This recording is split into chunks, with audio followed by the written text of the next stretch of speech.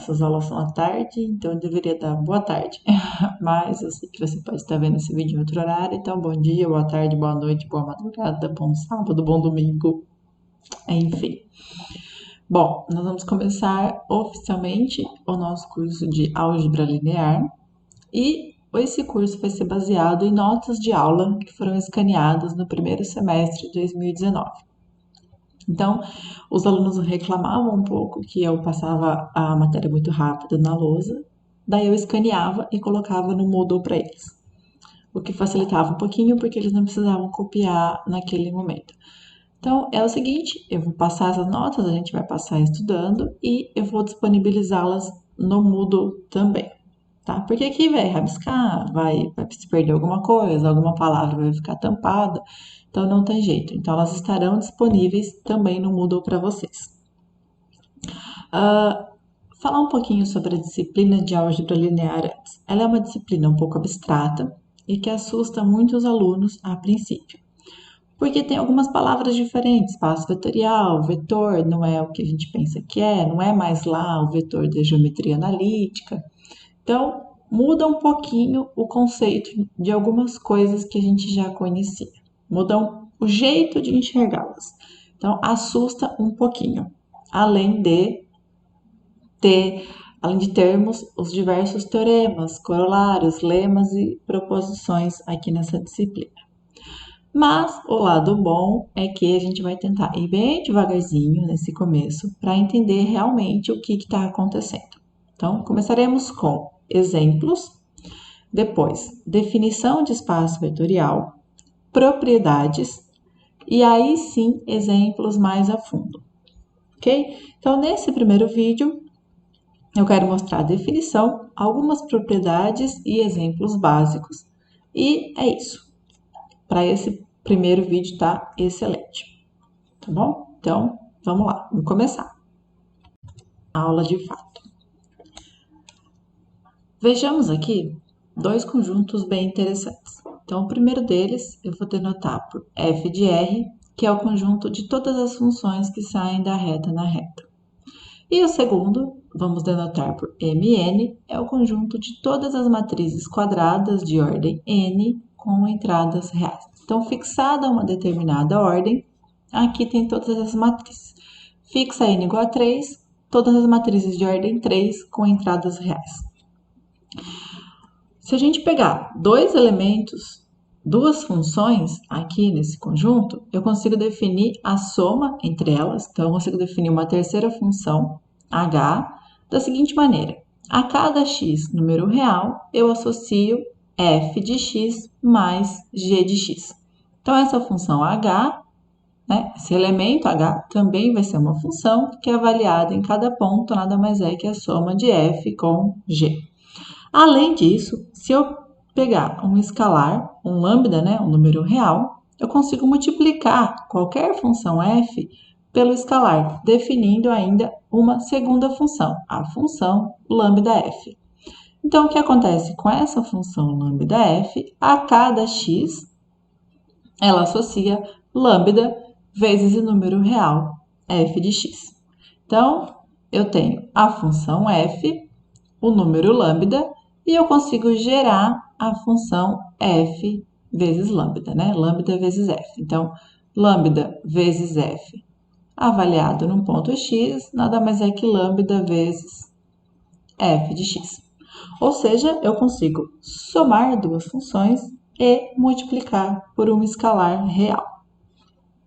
A mesma coisa acontece com o conjunto das matrizes. Então, veja bem, se a gente considerar em Mn duas matrizes quadradas de ordem n, então eu tenho a matriz A e a matriz B de entradas A e J e B e J, respectivamente, eu consigo definir uma matriz soma como sendo a matriz que a cada entrada eu somo a entrada de A com a entrada de B. Então, essa matriz A mais B, resultante da soma das duas matrizes, ainda é uma matriz e está bem definida. Com relação à multiplicação, né, eu também consigo multiplicar uma matriz A por um escalar real. Como eu faço isso? Bem, eu defino a matriz lambda A como sendo a matriz cujas entradas são a multiplicação de um escalar lambda vezes A e J, certo? Então, essa matriz também pertence a ML. Exemplos bobinhos aqui para a gente entender se a gente fixar M2 de R. Então, pega duas matrizes aqui, ó. A, B, C e D. E a matriz B como sendo E, F, G e H. Quem é A mais B? Bom, eu preciso somar a entrada, né? Então, isso é A mais E, B mais F, C mais G, D mais H. Certo? Então, essa é a definição de A mais B. Quem é lambda vezes A? É lambda A, lambda B, lambda C e lambda D. Percebam que ainda a soma ainda é uma matriz 2 por 2 e a multiplicação por escalar ainda é uma matriz 2 por 2. Então, eu não saí do meu conjunto das matrizes 2 por 2, que era o que estava fixado inicialmente. Então, isso aqui é só para exemplificar o que está acontecendo. Dessa soma entre matrizes e multiplicação por escalar, eu consigo tirar algumas propriedades, tanto no conjunto das funções, quanto no conjunto das matrizes de ordem n, das matrizes quadradas de ordem n. Vamos ver que propriedades são essas.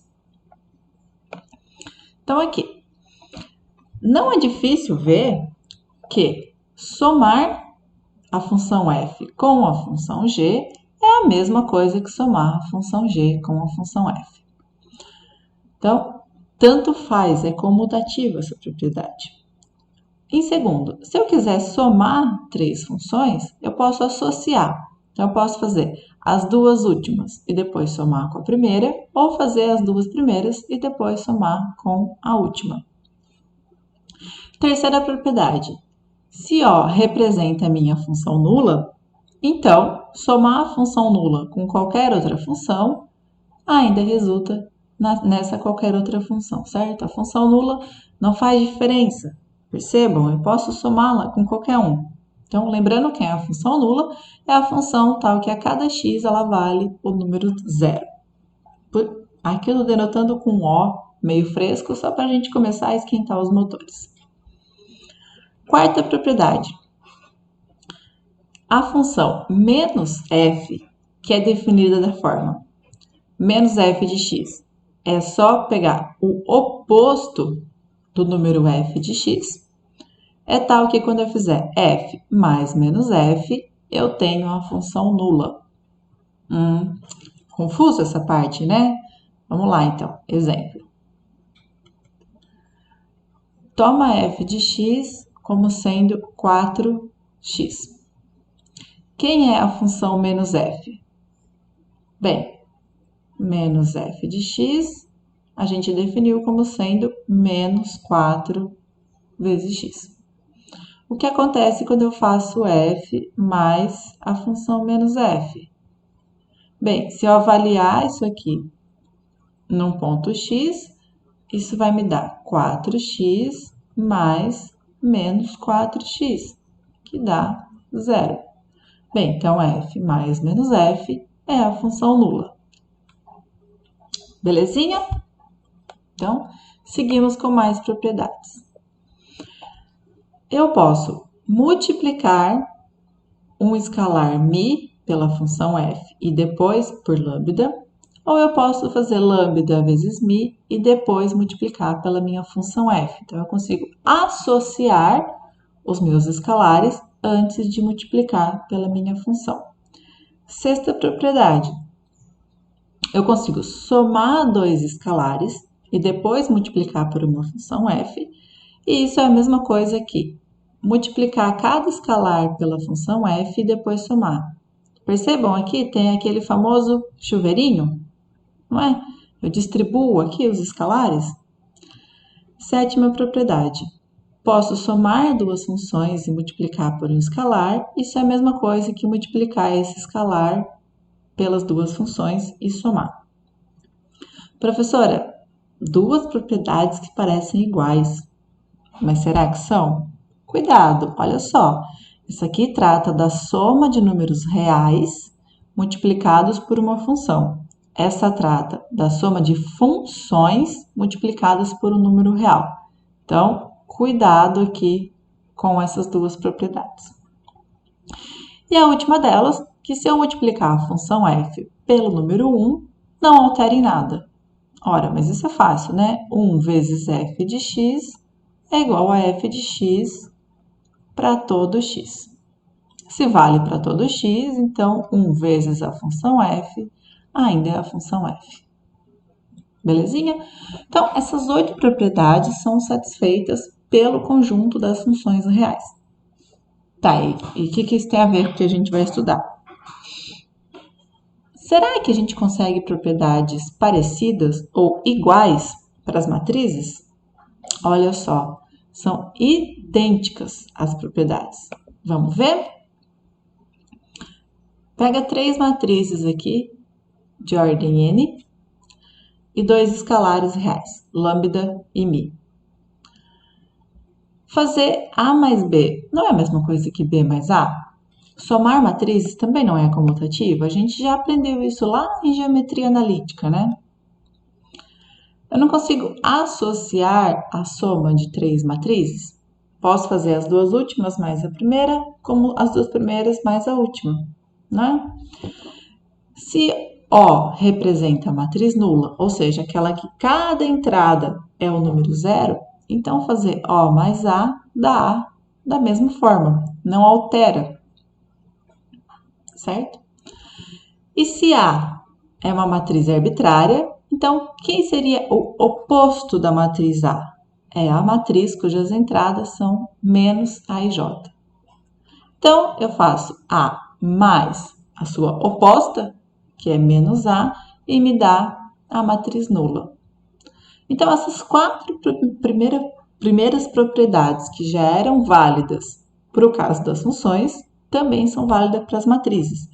E aquelas outras 4 propriedades relacionadas à multiplicação por escalar continuam válidas, ou seja, ainda vale a distributiva aqui, ainda vale a associativa, quando eu estou multiplicando os escalares, e o número 1 multiplicado pela matriz A ainda dá a matriz A.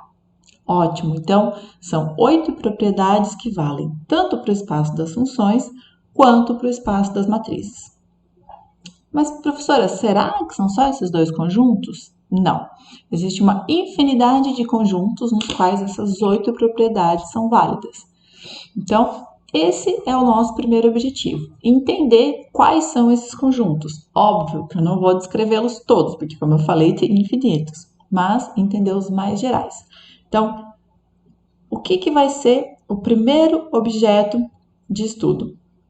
Um conjunto não vazio, que ali está definido uma soma, uma multiplicação por escalar, que satisfaz algumas propriedades algébricas. Esse cara aí vai ser o que a gente vai chamar de espaço vetorial. Tudo bem? Então, qual é a ideia? Generalizar esses exemplos que a gente acabou de ver, de função e de matriz. Que outros conjuntos, com uma determinada soma e uma determinada multiplicação por escalar, satisfazem essas 8 propriedades. Então, nós vamos começar estudando um conjunto não vazio, V, sobre o qual a gente define uma operação de adição. Mas operação de adição, professora? Para cada elemento, para cada parzinho U e V no meu conjunto, eu vou definir uma adição U mais V. E esse cara também tem que estar no meu conjunto Vzão. E ele vai ser chamado de soma, por convenção, tá bom? Daqui a pouco a gente vai entender o que é essa soma. Da mesma maneira, se eu pegar um lambda, sendo um número real, e um elemento do meu conjunto V, então eu vou ali, vou gerar lambda vezes U, que ainda é um elemento de V. E esse cara aqui vai chamar multiplicação. Então, multiplicação de lambda por U, ok? Pelo escalar lambda. Seguido, então, nós conseguimos definir oficialmente o que é um espaço vetorial. Então, um conjunto V, da maneira como nós definimos agora há pouco, munido de uma adição e uma multiplicação por escalar, ele vai ser um espaço vetorial se para quaisquer elementos U, V e W e para quaisquer escalares, números reais, são válidas 8 propriedades. Quais são as 8 propriedades? Essas 8 que nós acabamos de ver, tanto para a função quanto para a matriz. Vamos repassar rapidinho oficialmente quais são elas?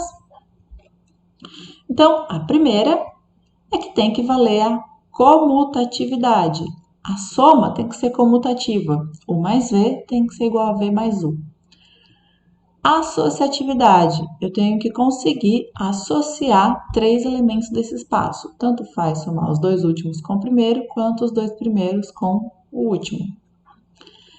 Propriedade A3, existe um elemento, que aqui eu estou denotando por 0 por enquanto, tá bom? Existe um elemento no meu espaço, tal que ele, somado com qualquer coisa, dá qualquer coisa. Ou seja, esse 0, vou pôr um 0 entre aspas por enquanto, mais qualquer elemento do meu espaço me dá esse qualquer elemento. Esse cara aqui vai ser chamado elemento neutro.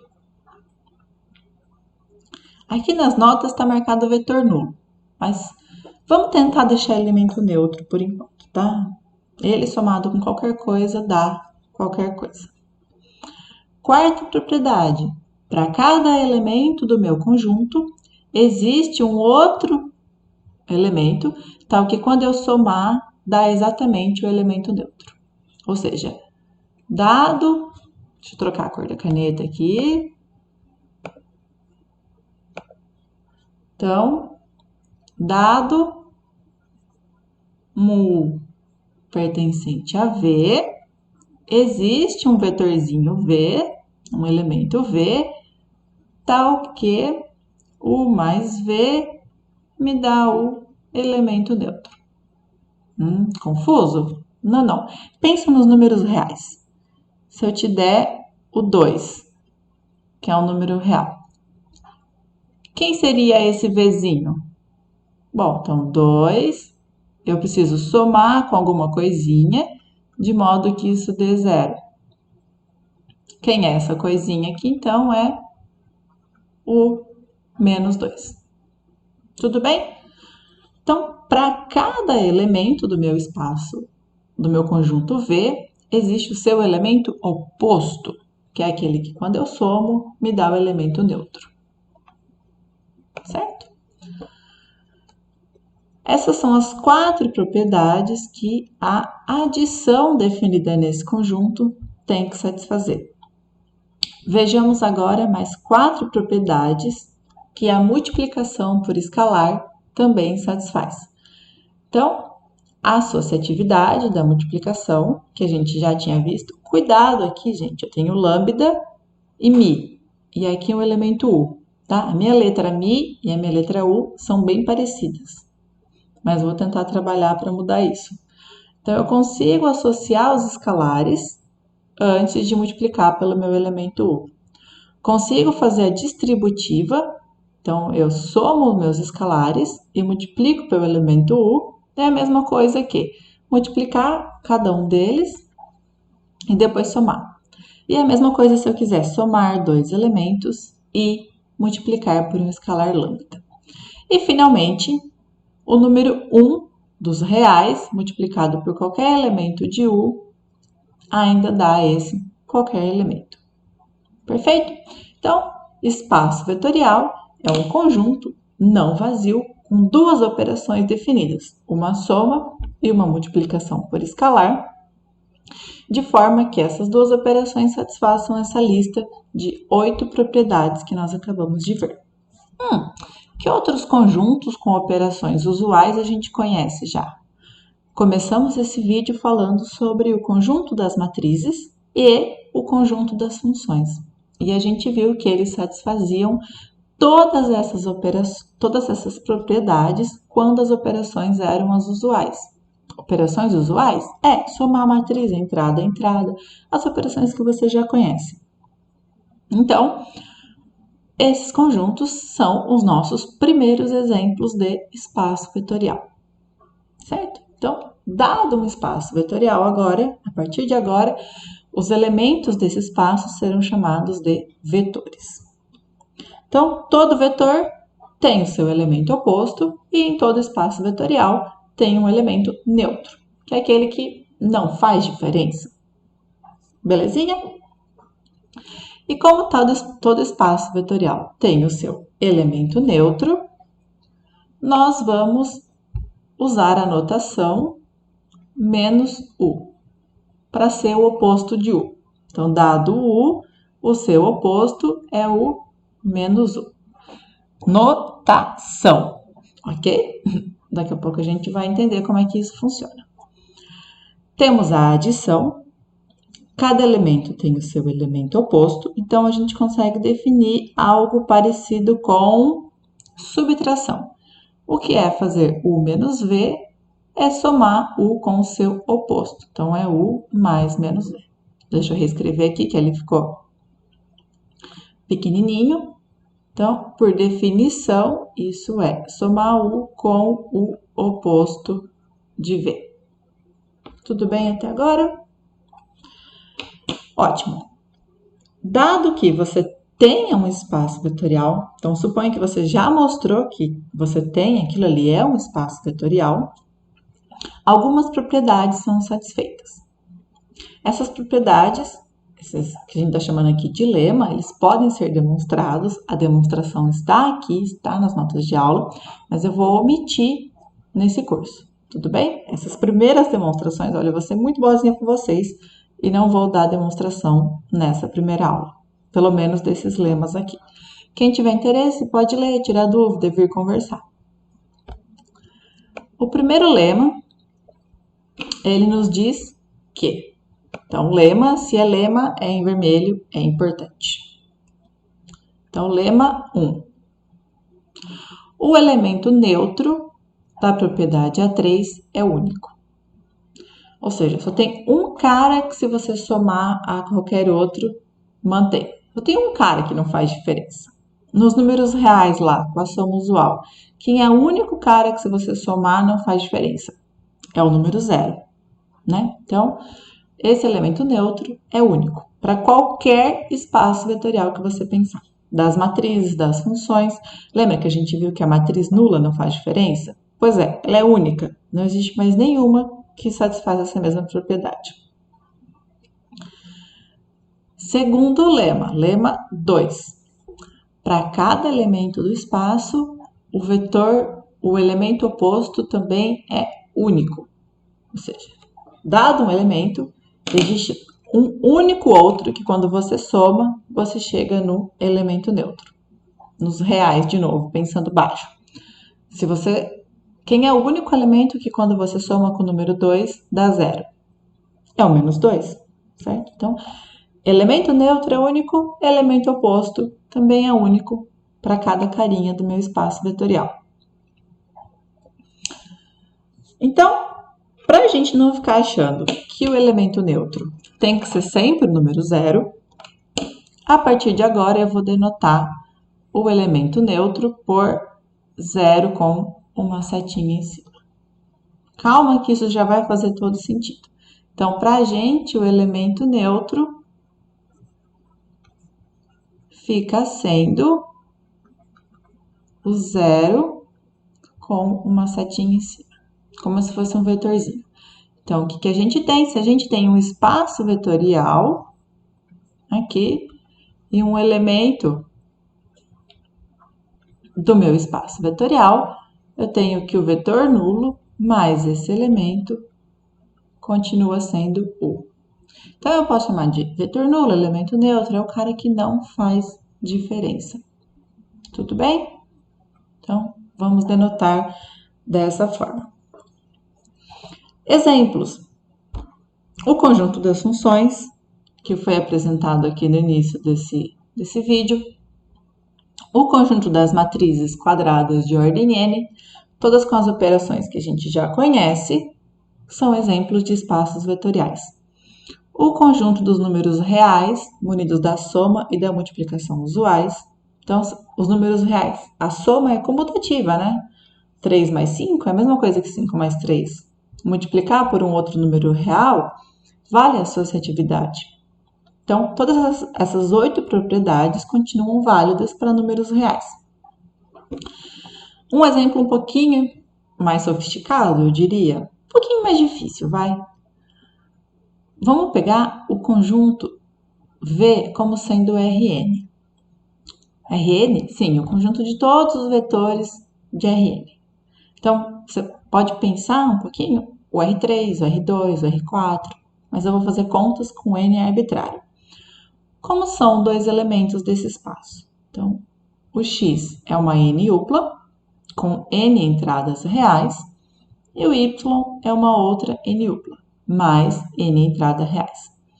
Eu quero definir uma adição nesse conjunto. Como eu vou definir? Eu vou falar que x mais y basta eu somar entrada a entrada, com cada soma aqui sendo a usual dos números reais. Então, esse carinha aqui, essa primeira entrada pertence aos números reais, até a última é um número real, totalizando que essa n-upla aqui pertença a Rn.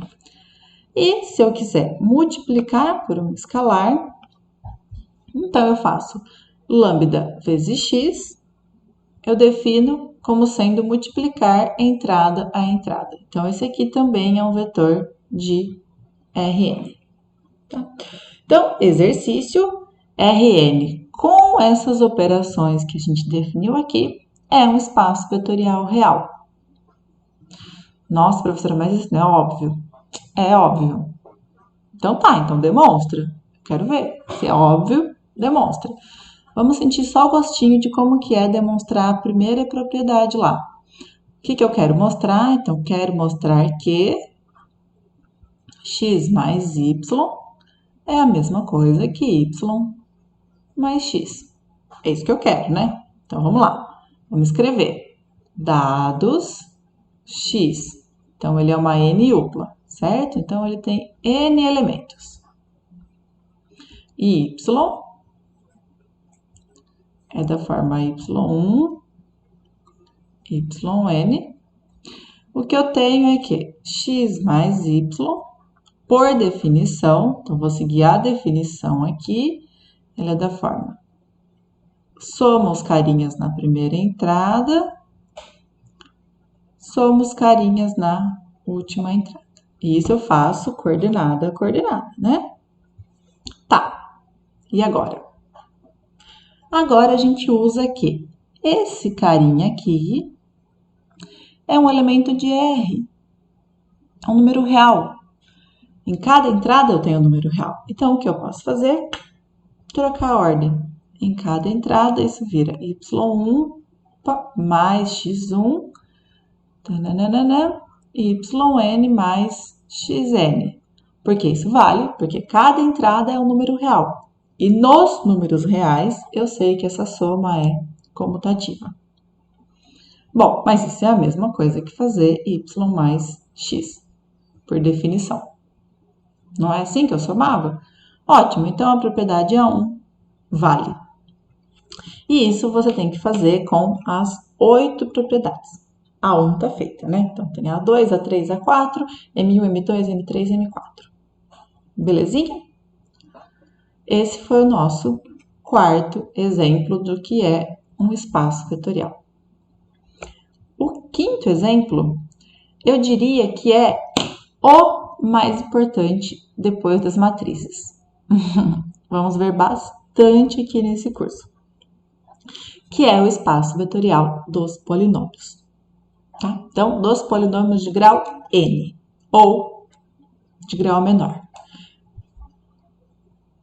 pego um n, um número natural, e vou considerar V como sendo o conjunto formado pelo polinômio nulo mais todos os polinômios de grau menor ou igual a n com coeficientes reais. Então, aqui nosso exemplo 5. Quem é Pn de R é o conjunto de todos os polinômios de grau até n mais o polinômio nulo. Como que eu posso reescrever isso? Todos os p de x, que são da forma a0 mais a1 vezes x mais tananã, a n x elevado a n, tal que a0, a1, todos são números reais. Então, esse aqui é o meu conjunto Pn. Polinômio nulo está aqui? Tá, basta eu pegar todos os coeficientes como sendo zeros. Polinômios lineares estão aqui, desde que o n seja maior ou igual a 1, sim. Como é que eu posso definir uma soma e uma multiplicação por escalar nesse conjunto? Bem, eu vou na usual, tá? Por enquanto. Então, pega dois polinômios, p de x e q de x. Como que eu vou somá-los? Eu vou somar coeficiente a coeficiente. Então, coeficientes constantes, coeficientes lineares e assim até o coeficiente de maior grau dos dois. Como eu defino multiplicação por escalar nesse conjunto? Dado um polinômio qualquer, p de x e lambda é um número real, então lambda vezes p eu defino como sendo multiplicar coeficiente a coeficiente por esse número lambda. E assim eu tenho um novo polinômio de grau n. Com essas operações definidas, o meu espaço dos polinômios é um espaço vetorial real. Tudo bem? Demonstração. Exercício. Simples, igual ao Rn, tá? Por que vale a comutatividade da soma? Por que P de x mais Q de x é igual a Q de x mais P de x? Por que isso aqui é verdade? Bem, isso é verdade entrada a entrada. Aliás, coeficiente a coeficiente, porque são números reais, eu consigo trocar. Então, eu consigo inverter a ordem da soma. Porque as propriedades dos números reais? Porque o espaço dos números reais também é um espaço vetorial. Porque equivale às propriedades de multiplicação por escalar? Porque coeficiente a coeficiente, elas valem. Então, vocês vão ver que é bem simples a demonstração desses 8 itens, mas que precisa ser feita. Ok? Então, qualquer dúvida, pode perguntar. No próximo vídeo, nós vamos ver um espaço vetorial que é bem diferente, que vai te mostrar que o vetor nulo, que o elemento neutro, não precisa ser o número zero. Então, é com esse espacinho aqui que começaremos o próximo vídeo. Por enquanto, é suficiente você entender o que é um espaço vetorial, que para ter um espaço vetorial eu tenho que ter duas operações associadas, soma e multiplicação por escalar, e que essas duas operações têm que satisfazer uma lista de 8 propriedades que acontecem nesse espaço. Tá bom? É isso, obrigada e até o próximo vídeo.